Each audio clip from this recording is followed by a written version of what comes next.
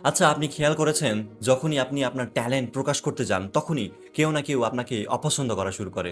অফিসে, আপনার বন্ধুদের মাঝে, এমনকি আপনার পরিবারেও। কারণ মানুষ আপনার সাকসেস না, আপনার শাইন সহ্য করতে পারে না। This is day 1 of decoding 48 laws of পাওয়ার।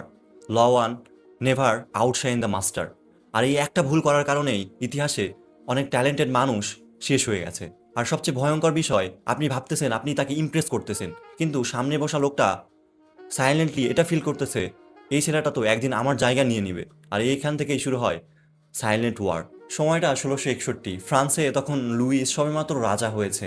তখনকারই এক সুনামধন্য ব্যক্তি নিকোলাস ফোকেত ভাবে রাজাকে ইমপ্রেস করতে হবে, তাই সে রাজাকে দাওয়াত করে। সেটা ছিল রীতিমতো এক মহাযজ্ঞ।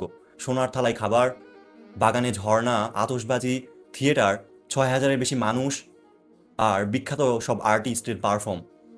রাজাও আসে, দেখে, হাসে, বাহবা দেয়। কিন্তু যাওয়ার পথে তার মাথায় প্রশ্ন ঘুরে, আমার থেকেও কি সে বেশি জনপ্রিয়?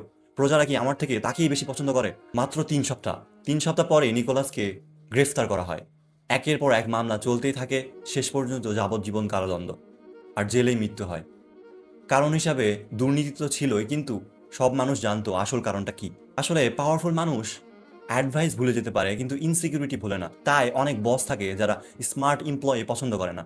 আর সব জায়গায় স্মার্টনেস দেখানো বুদ্ধিমত্তা না। কিছু জায়গায় হাম্বেল হতে হয়, কিছু জায়গায় অন্যকে আউটশাইন করতে দিতে হয়। আর বিশ্বাস করেন, সব মানুষ আপনার শত্রু না। কিছু মানুষ থাকে যারা শুধু আপনার প্রেজেন্সে ইনসিকিউর। এই জিনিসটা আপনার ভালো করে বুঝতে হবে। দ্বিতীয় লটা আরও বেশি ভয়ঙ্কর। সেখানে বন্ধুদের একটা সিক্রেট রিভিল করা হয়েছে। ফলো করে রাখেন and flow with the journey.